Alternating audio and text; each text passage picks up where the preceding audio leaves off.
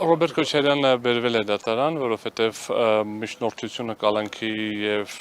ձերբակալված անձը միաժամանակ են ներկայացվում դատարան, գործը մակագրվել է այսօր դատը կքննվի 8:30, նյութերը նոր են ստացել, չենք հասցրել ծանոթանալ, 2 ժամից մոտավորապես է եւ նիստից հետո ավելի մանրամասն ձեր դետալներ կներկայացնեմ, այս պահին նյութերի միացանոթանալ։ Մի վարքան։ Սարգիս Դադոյան։ Ձերբակալված անձը միշտ հետևանով է, հետևի մուտք։ Ես երբ որ իմացել ենք, որ տեղափոխել են, մենք ներկայացել ենք, եկել ենք ցանալու։ Նայեք, պարոն Քոչարյանը մի մոտ 2 շաբաթ առաջ, 10-15 քանի օր առաջ վիրահատություն էր տարել, դրանով էր պայմանավորված այդ ձերբակալման գործընթացում, քանի որ տենց ինտենսիվ գործողություններ էին, դրանով պայմանավորված առողջական վիճակի որոշակի սրացում կար, հիվանդանոցում էր, ես այս պահին վերջին հիվանդանոցից տեղափոխելուց առաջ վիճակի մասին տեղեկություններ չունեմ, միայն կարող եմ ասել, որ 3 դատական նիստը տեղի չի ունեցել, որովհետև բժշկական ցույցում է եղել, որ չի կարող տեղափոխվել, որովհետև կարող է վիճակի սրացում տեղի ունենա։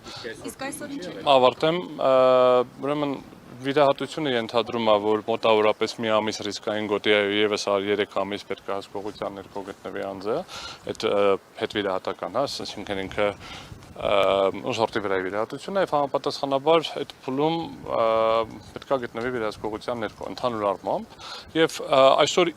հիվանդանոցից տեղափոխելուց առաջ ինչ ա եղել, ինչ չի եղել, դետալներ չեմ տիրապետում, հիմա կճշտենք, երբ որ նյութերը նայենք։ Այդ եթե ուղարկում են դատարան, ուրեմն բժշկի ցույց։ Ենթադրվում է, որ առողջական վիճակը բավարարել է, որպեսզի տեղափոխվի։ Այսինքն այն տեսակետը, որ հնարավոր է այսօր դատական նիստը չկայանա կամ հետաձգվի հենց առողջական վիճակի մասով, այդպես չի լինելու։ Նու այս պահի դրությամբ ես չեմ կարող գուշակել, հիմա տարբեր պատճառներ կարող են լինել, չէ, հիմա ուզում եմ ասեմ, հիմա ունենք նյութերին կծանոթանանք, դատական նիստը կլինի, հիմա եթե առողջական վիճակը լավ չի լինի, կքննարկենք, եթե Նայեք, առողջական վիճակի խնդիր կունենան, կդիտարկենք, խնդիր չենք ունենա,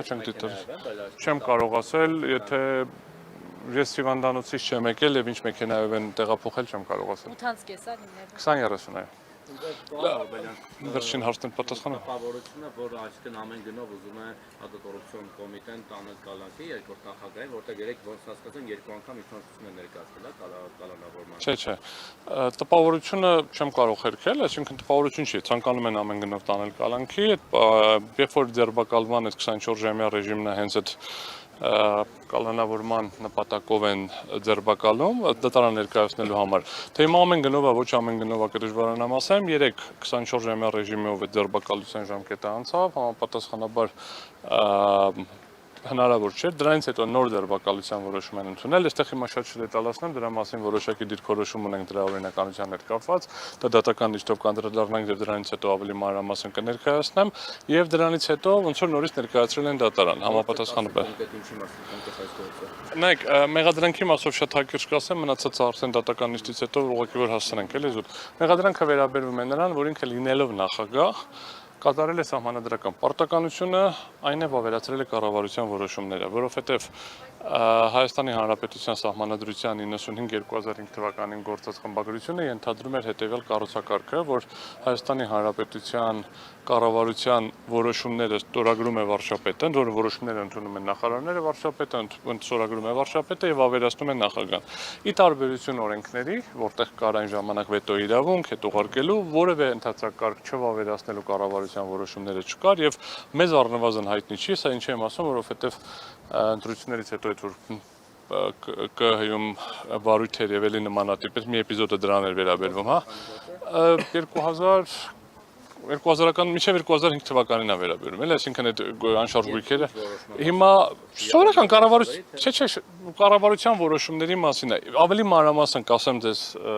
դատական նիստից հետո, ուղղակի զուտ ֆիզիկապես հասցնելու առումով, խնդիրը հետևյալն է, այսինքն ինչ որ տարբեր հողերի մասին է խոսքը գնում, որոնք վաճառվել են ինչ-որ ընկերությունների, որտեղ ուղղակի տեքստում պարոն Քոչարյանը դրանց մեծ մասի մասին ընդհանրապես տեղյակ չէր, այսինքն չի իմանում ինչա, հիմա պետք է մենք նայենք հասկանանք ինչ նյութեր է, ինչա ոնց է, մի մասը ինչ-որ մարդկանց հետ վերջնական, ասենք մի քանի վաճառքից հետո մարդկանց է պատկանում, ովքեր ինչ-որ առնչություն ունեն Ռոբերտ Քոչարյանին, բայց ուղղակի իրեն պատկանելու կամ ինչ-որ անձնական շահագրգռվածության հիմքերը չենք տեսնում։ Դրա մեջ է մտնում նաև հողերից մեկը Պլեսիցի ինքն էլ այդ ժամանակ եղել է պաշտպանության նախարար, Անդրանիկ Մարգարյանը եղել է վարչապետ, Էլնեղով կար Երևանի քաղաքապետներ ոնց որ այն ժամանակ Բովանդակային չեմ տիրապետում, ընդհանրապես այս գործին բացասական են վերաբերվում դրա գոյությանը։ Եվ Սերժ Սարգսյանի մասով եւ Ռոբերտ Քոչարյանի մասով, առավել եւս Շրջանկայի շտակ Անդրանիկ Մարգարյանի մասով։ Էլի այսինքն այս արդեն քրեական դատավարության օրենսգրքի որոշակի տեխնիկական մեկնաբանության արդյունքով կիրառում են, որ առաջին դեպքը չի վերջին մի քանի ամսվա մեջ Գորիկ Հակոբյանի հետ դեպքում եղավ ոնց որ հայկարությունն մի քանի դեպք ունեցանք։ Ես ներողություն եմ խնդրում, 8 անցքես, երբ որ մենք կգանք նիստը կլինի, նիստից հետո եթե այստեղ կլինենք հետաքրքիր կլինի հարցերին կպատասխանեմ։ Ձեզ լավ երեկո։